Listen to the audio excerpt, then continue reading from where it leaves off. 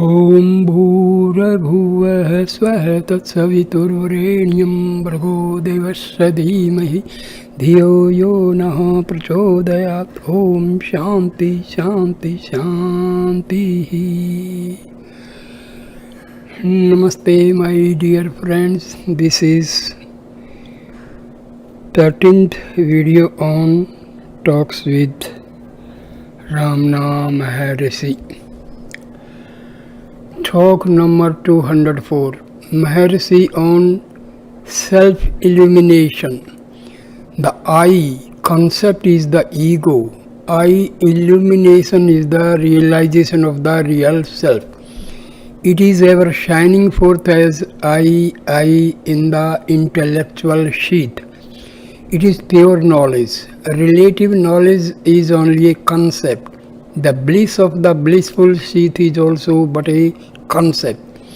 Unless there is the experience, however subtle it is, one cannot say, I slept happily. From this intellect, he speaks of his blissful sheath. The bliss of sleep is but a concept to the person, the same as intellect. However, the concept of experience is exceedingly subtle in sleep. Experience is not possible without simultaneous knowledge of it. That is relative knowledge.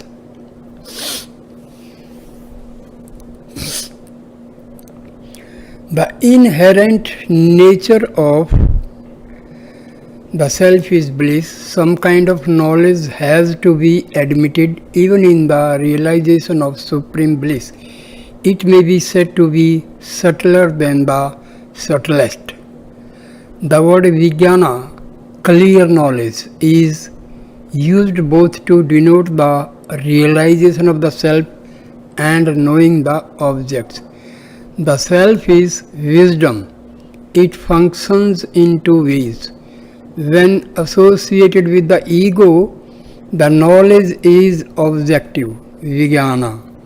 When divested of the ego and the universal self is realized, it is called vijnana. The word raises a mental concept.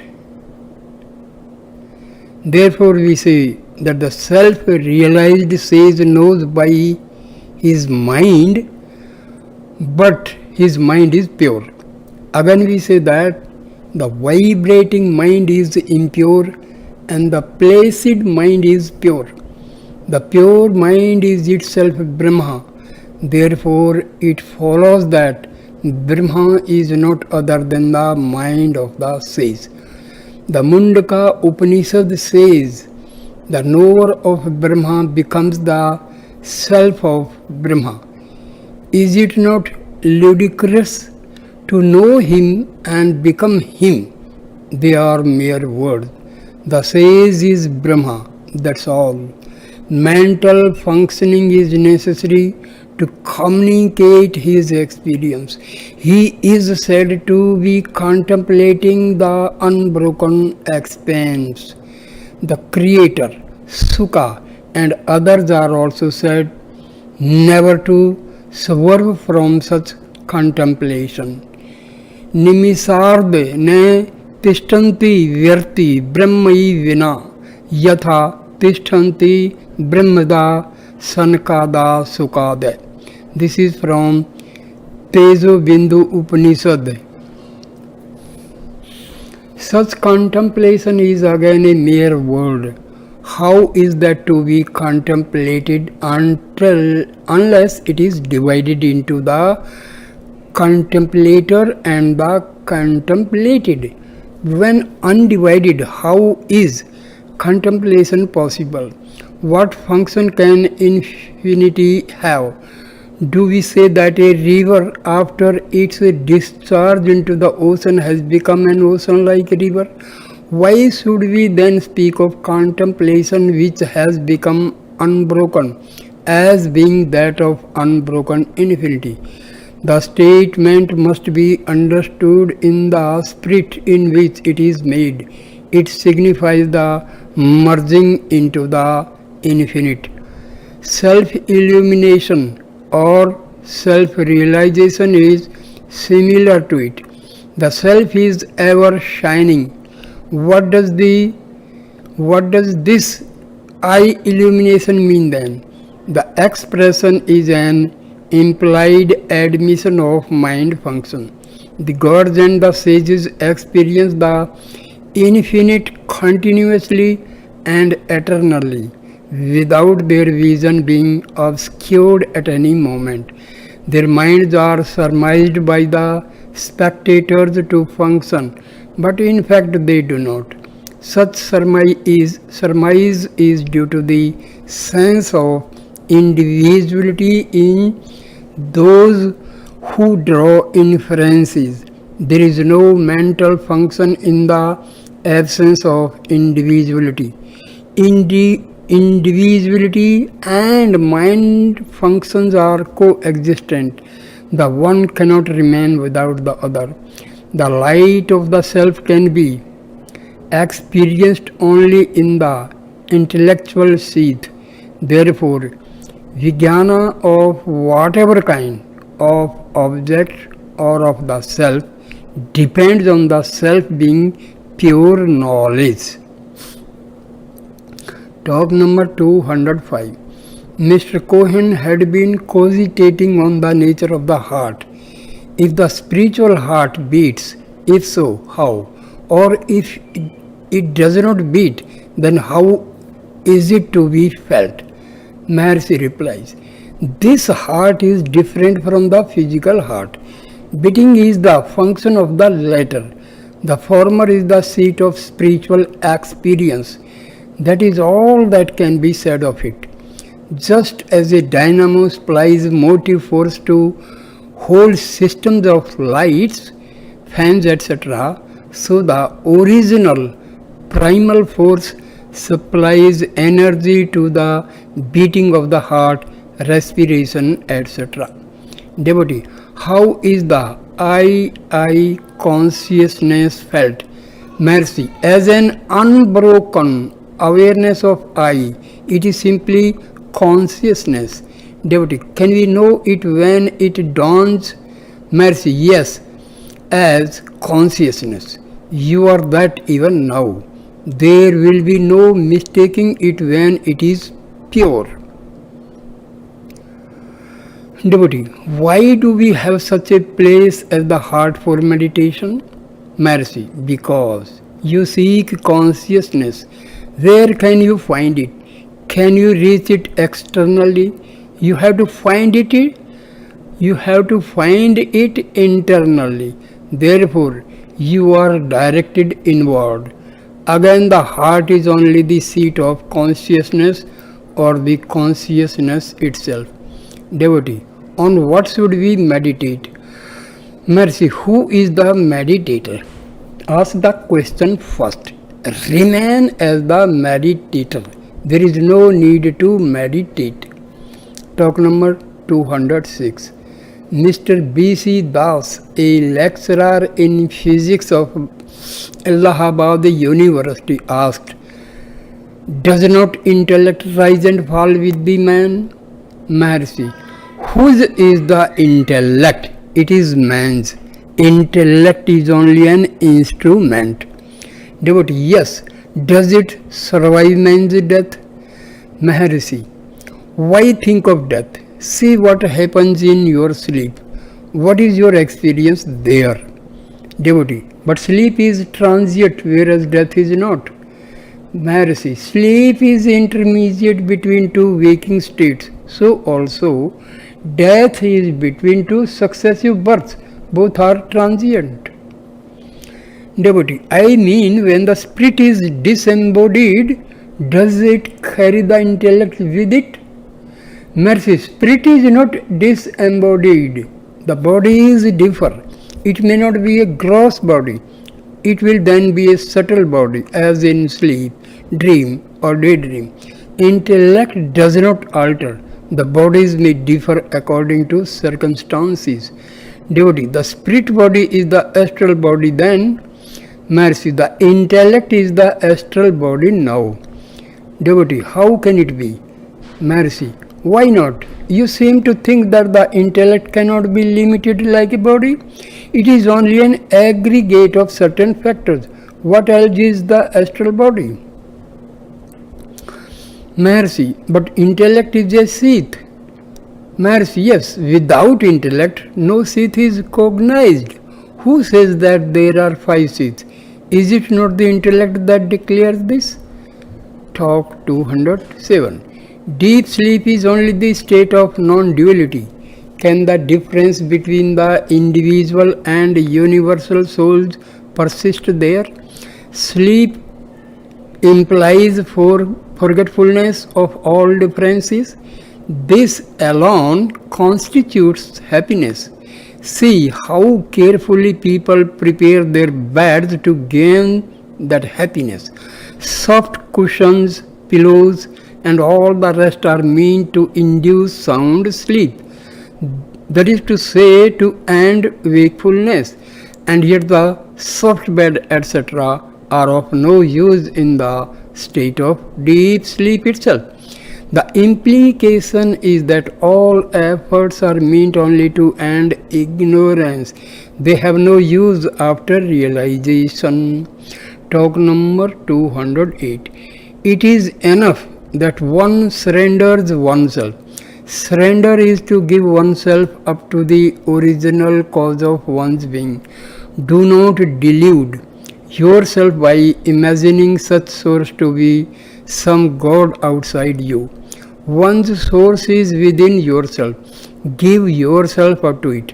That means that you should seek the source and merge in it, because you imagine yourself to be out of it.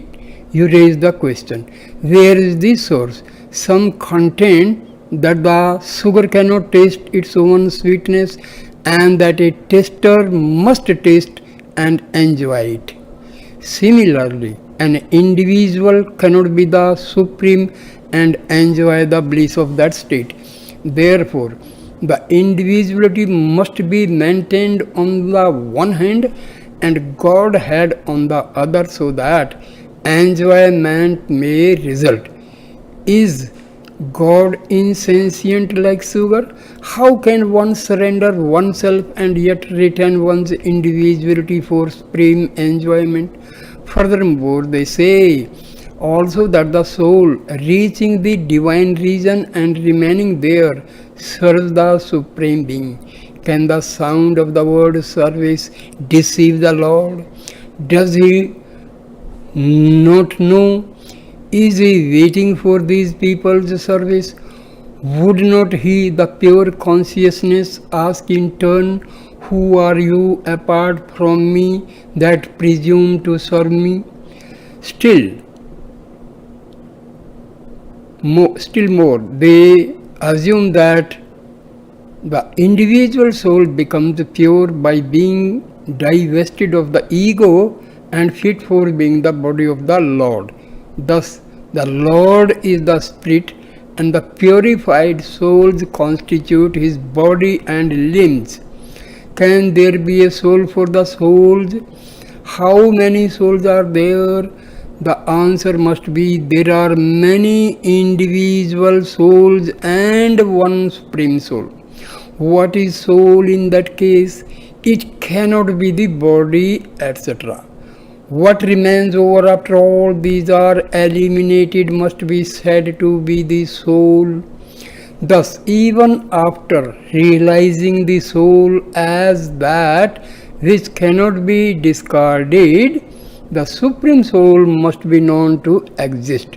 In that case, how was the soul realized to be the ultimate reality after discarding all that was alien to it?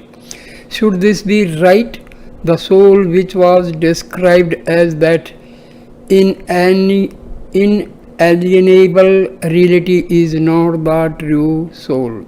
All such confusion is due to the word soul, Atma. The same word Atma is used to signify the body, the senses, the mind, the vital principle, the individual soul, and the Supreme Being. This wide application of the word has given rise to the idea that the individual soul, Jivatma, goes to constitute the body of the Supreme Paramatma. I, O Arjuna, am the self seated in the heart of all beings. Bhagavad Gita chapter 10 sloka number 20. The stanza shows that the Lord is the Atma, self of all beings.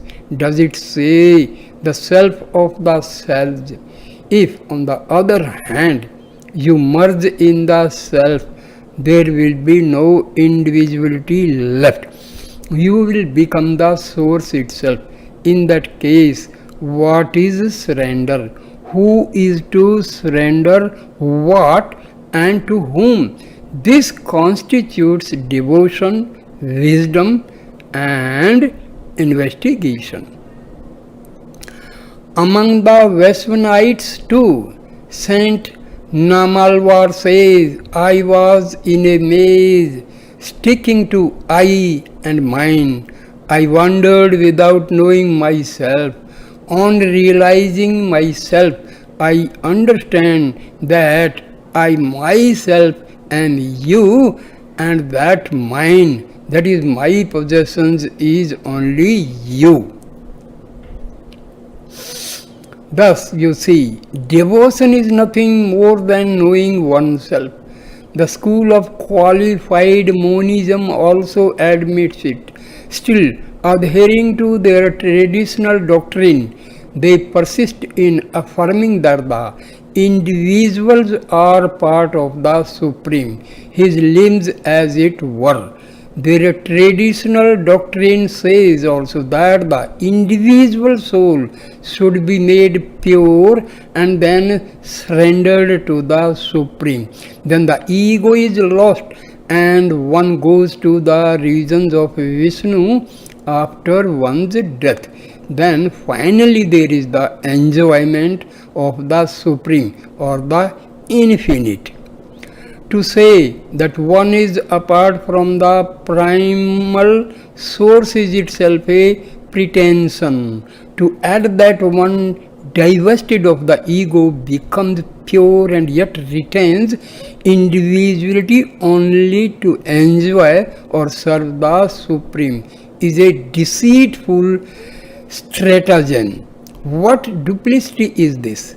First to appropriate what is really his and then pretend to experience or serve him. Is not all this already known to him? 19th June 1936, talk number 209. Mr. B.C. Das, the physics lecturer, asked about free will and destiny. Maharshi, whose will is it? It is mine, you may say. You are beyond will and fate. Abide as that and you transcend them both. That is the meaning of conquering destiny by will. Fate can be conquered. Fate is the result of past actions. By association with the wise, the bad tendencies are conquered. One's experiences are then viewed to their proper perspective. I exist now. I am the enjoyer. I enjoy fruits of action. I was in the past and shall be in the future. Who is this I? Finding this I to be pure consciousness, beyond action and enjoyment, freedom and happiness are gained. There is then no effort, for the self is perfect and there remains nothing more to gain. So long as there is individuality, one is the enjoyer and doer. But if it is lost, the divine will prevails and guides the course of events. The individual is perceptible to others who cannot perceive divine force. Restrictions and discipline are for other individuals and not for the liberated. Free will is implied in the scriptural injunctions to be good. It implies overcoming fate. It is done by wisdom. The fire of wisdom consumes all actions. Wisdom is acquired by association with the wise, or rather its mental atmosphere.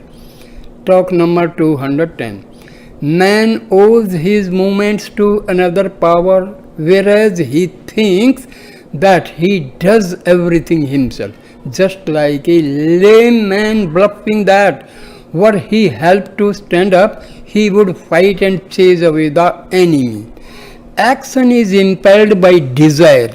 Desire arises only after the rise of the ego, and this ego owes its origin to a higher power on which its existence depends.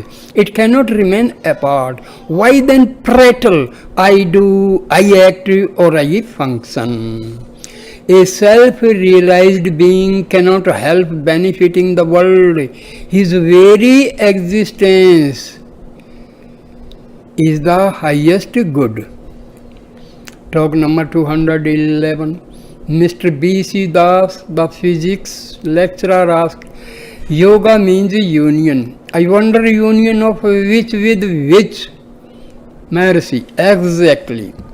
Yoga implies prior division and it means later union of one with another.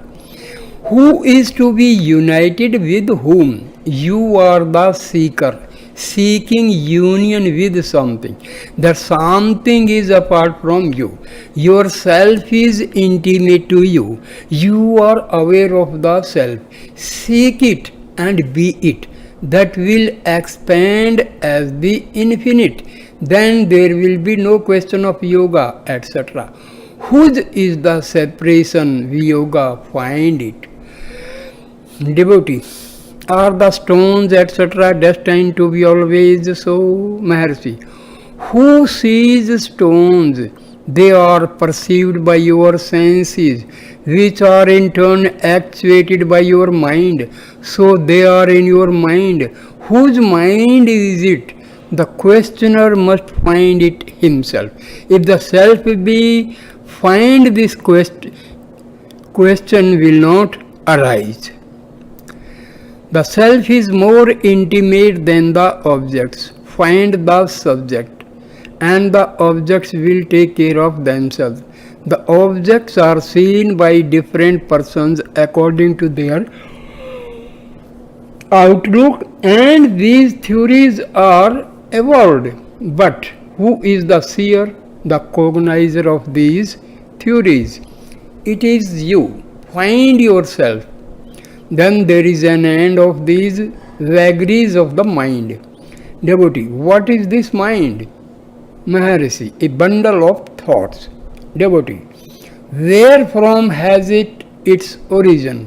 Maharshi, consciousness of the self. Devotee, then thoughts are not real. Maharshi, they are not. The only reality is the self. Talk number 212. Maharshi observed Pradakshina, the Hindu rite of going round the object of worship, is always within me. The true significance of the act of going round Arunachala is said to be as effective as a circuit round the world. That means that the whole world is condensed into this hill. The circuit round the temple of Arunachala is equally good and self-circuit. That is, turning round and round is as good as the last. So all are contained in the self. Says the Rebhu Gita, I remain fixed, whereas innumerable universes becoming concepts within my mind rotate within me. This meditation is the highest circuit, that is Pradakshina. 20th June 1936, talk number 213. Mr. B.C. Das asked why the mind cannot be turned inward in spite of repeated attempts. Maharshi, it is done by practice and dispassion, and that succeeds only gradually. The mind, having been so long a cow accustomed to graze stealthily on others' estates, is not easily confined to her stall. However much her keeper tempts her with luscious grass and fine fodder, she refuses the first time, then she takes a bit, but her innate tendency to stray away asserts itself and she slips away on being repeatedly tempted by the owner. She accustoms herself to the stall. Finally, even if it let loose, she would not stray away. Similarly with the mind, if once it finds its inner happiness, it will not wander outward. Talk number 214. Mr. Eknath Rao, a frequent visitor, asked, are there not modulations in contemplation according to circumstances? Maharshi, yes, there are. At times there is illumination and then contemplation is easy. At other times contemplation is impossible even with repeated attempts. This is due to the working of the three gunas, qualities in nature. Devotee, is it influenced by one's activities and circumstances? Mercy, those cannot influence it.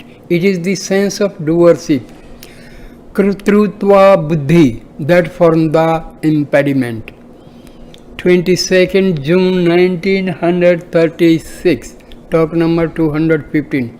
Maharshi was reading G.U. Pope's translation of Truvachakam and came across the stanzas describing the intense feeling of bhakti as thrilling the whole frame, melting the flesh and bones, etc.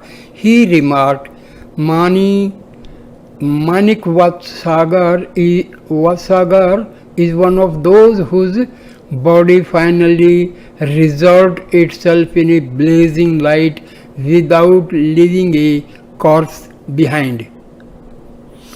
Another devotee asked how it could be. Maharshi said the gross body is only the concrete form of the subtle stuff, the mind. When the mind melts away and blazes forth as light, the body is consumed in that process. Nandanar is another whose body disappeared in blazing light. Major Chadwick pointed out that Elisa disappeared in the same way. He desired to know if the disappearance of Christ's body from the tomb was like that. Maharshi, no. Christ's body was left as a corpse which was at first entombed, whereas the others did not leave corpses behind.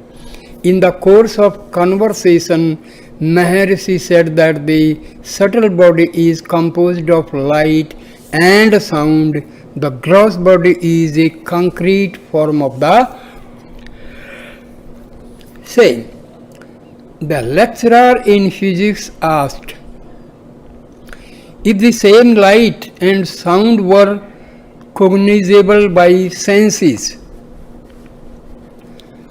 Maharshi, no, they are supersensual. It is like this. Gross, Ishvara, universal, universe, Jiva, individual body. Subtle, sound and light, nada bindu, mind and prana. Primal, atma, self. Param, transcendental. Atma, self. This I will show in these graphics I will show separate. They are ultimately the same. The subtle body of the Creator is the mystic sound Parnava, which is sound and light. The universe resolved into sound and light and then into transcendent Param.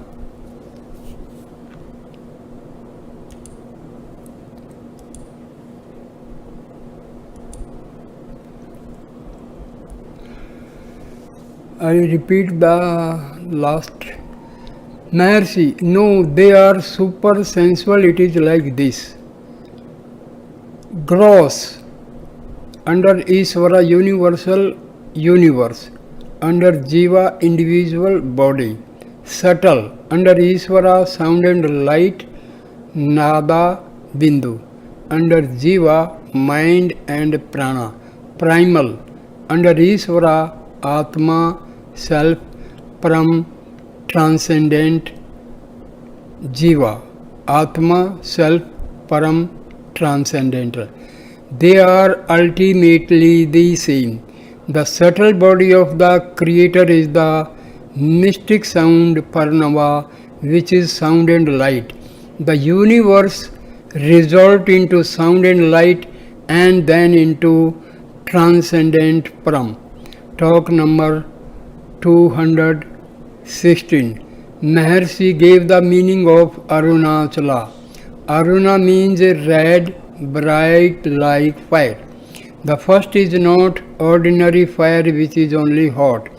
This is Jnanagani, fire of wisdom, which is the neither hot nor cold. Achala means a hill, so it means hill of wisdom. 29th June 1936. Talk number 217. Mr. A. Bose, an engineer from Bombay, asked, does Bhagwan feel for us and show grace? Mercy, you are neck deep in water and yet cry for water. It is as good as saying that one neck deep in water feels thirsty, or a fish in water feels thirsty, or that water feels thirsty.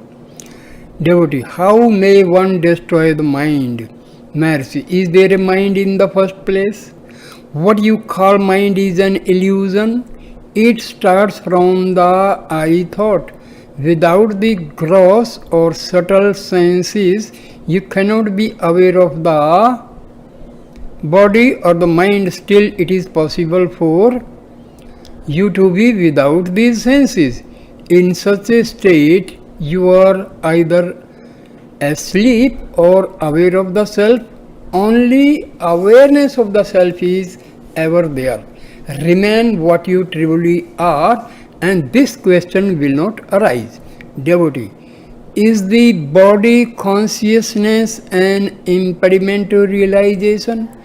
We are always beyond the body or the mind. If, however, you feel the body as the self, then it is of course an impediment. Devotee, is the body or the mind of any use for the self? Mercy, yes, inasmuch as it helps self-realization. 30th June 1936, talk number 218. Maharshi has been looking into the Shiva Purana this day. He says, Shiva has the transcendental and immanent aspects as represented by his invisible transcendental being and the Linga aspect respectively. The Linga, originally manifested as Arunachala, stands even to this day.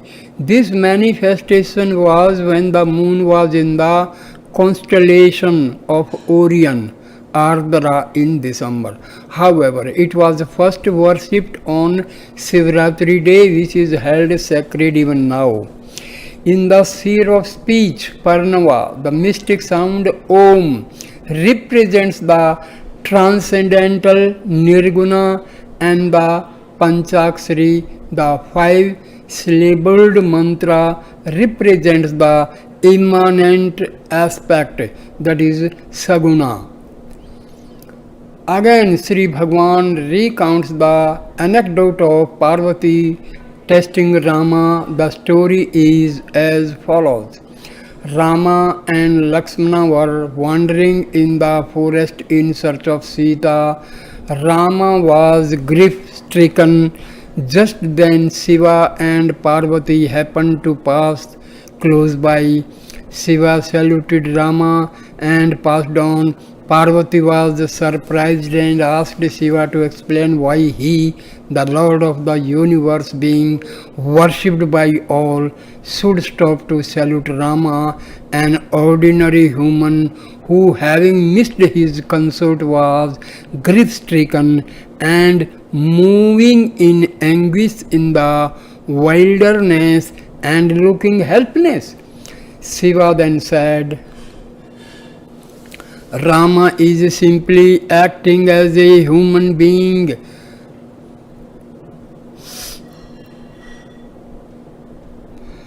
Would under the circumstances. He is nevertheless the incarnation of Vishnu and deserves to be saluted. You may test him if you choose. Parvati considered the matter, took the shape of Sita and appeared in front of Rama. As he was crying out of name of Sita in great anguish, he looked at Parvati appearing as Sita, smiled and asked, Why Parvati, are you here? Where is Shambhu? Why have you taken the shape of Sita? Parvati felt abashed and explained how she went there to test him and sought an explanation for Shiva saluting him. Rama replied, We are only aspect of Shiva. We are all only aspects of Shiva, worshipping him at sight and remembering him out of sight. Talk number 219. Rama Krishna Swami, a long resident disciple, asked Maharshi the meaning of Tavairumanachala Sarvam. Tavayarunachala Sarvam is stanza in the 5 hymns. Maharshi explained it in detail, saying that the universe is like a painting on a screen, the screen being the red hill, Arunachala. That which rises and sinks is made up of what it rises from. The finality of the universe is the God Arunachala. Meditating on him or on the seer, the self, there is a mental vibration, I, to which all are reduced. Tracing the source of I, the primal I alone remains over, and it is inexpressible. The seat of realization is within, and the seeker cannot find it as an object outside him. That seat is bliss, is the core of all beings. Hence it is called the heart. The only useful purpose of the present birth is to turn within and realize it. There is nothing else to do. Devotee, how is annihilation of predispositions to be accomplished? Mercy, you are in that condition in realization. Devotee, does it mean that holding on to the self, the tendencies should be scorched as they begin to emerge? Mercy, they will themselves be scorched if only you remain as you truly are. 1st July 1936, talk number 220. Mr. B.C. Das, the physics lecturer, asked, contemplation is possible only with control of mind, and control can be accomplished only by contemplation. Is it not a vicious circle? Maharshi, yes, they are interdependent. They must go on side by side. Practice and dispassion bring about the result gradually.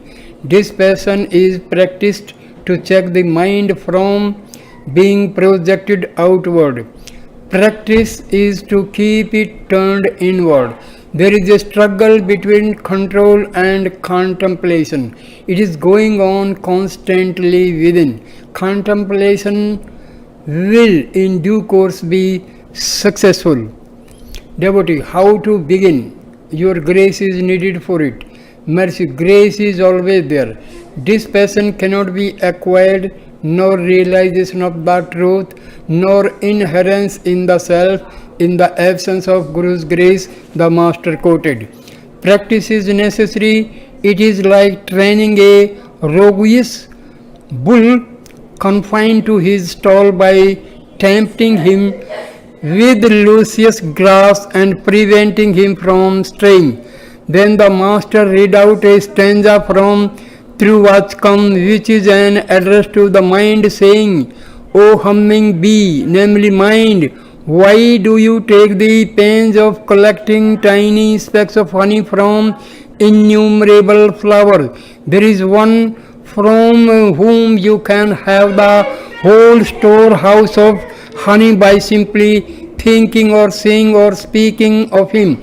Get within and hum to him Harimkara. Devotee, should one have a form in one's mind supplemented with reading or chanting God's name in one's meditation? Mercy, what is mental conception except it be meditation? Devotee, should the form be supplemented by repetition of mantras or dwelling on divine attributes?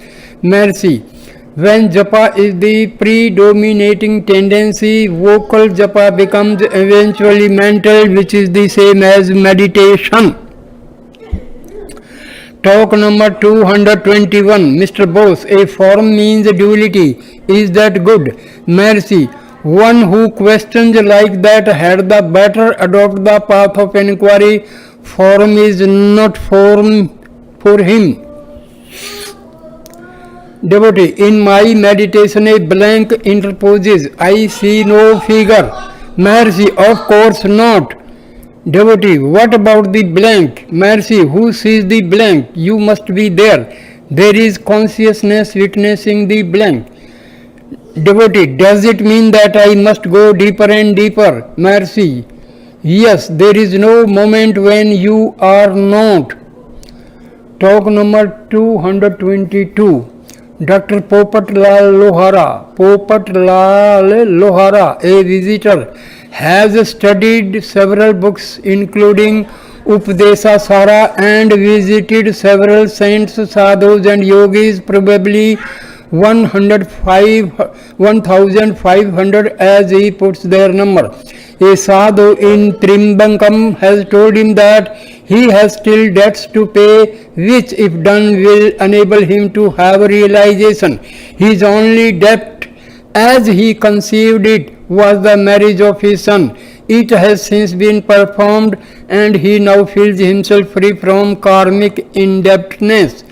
He therefore seeks Sri Bhagwan's guidance for freedom from mental unhappiness, which persists in spite of his not being indebted.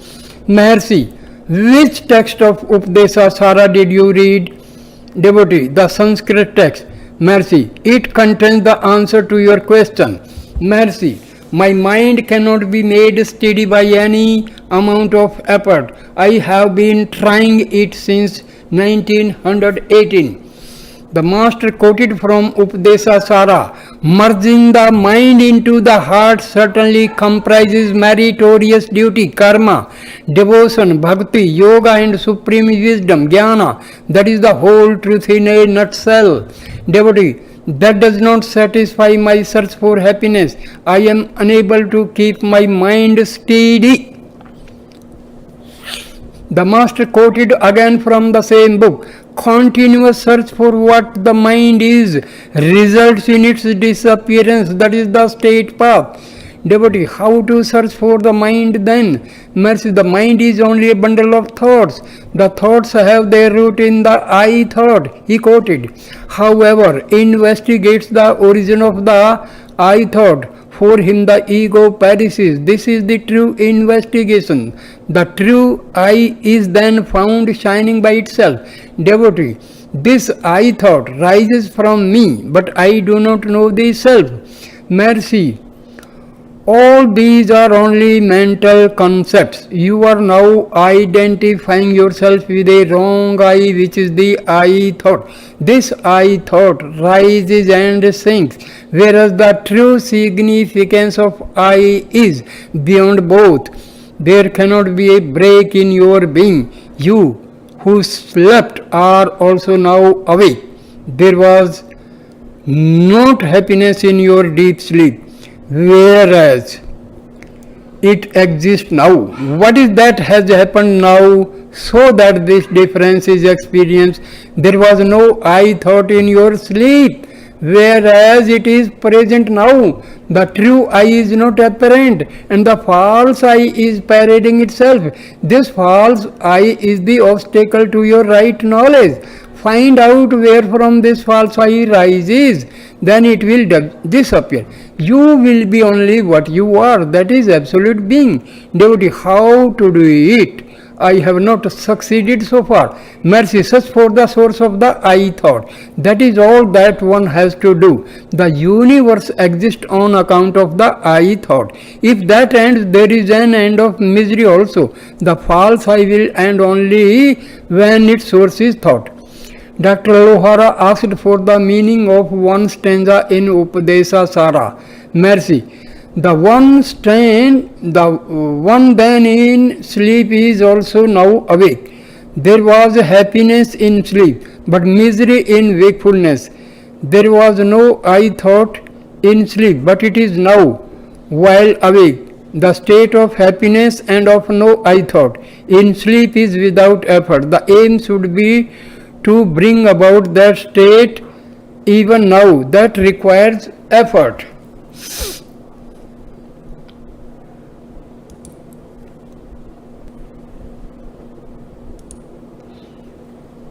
Sleep, wakefulness,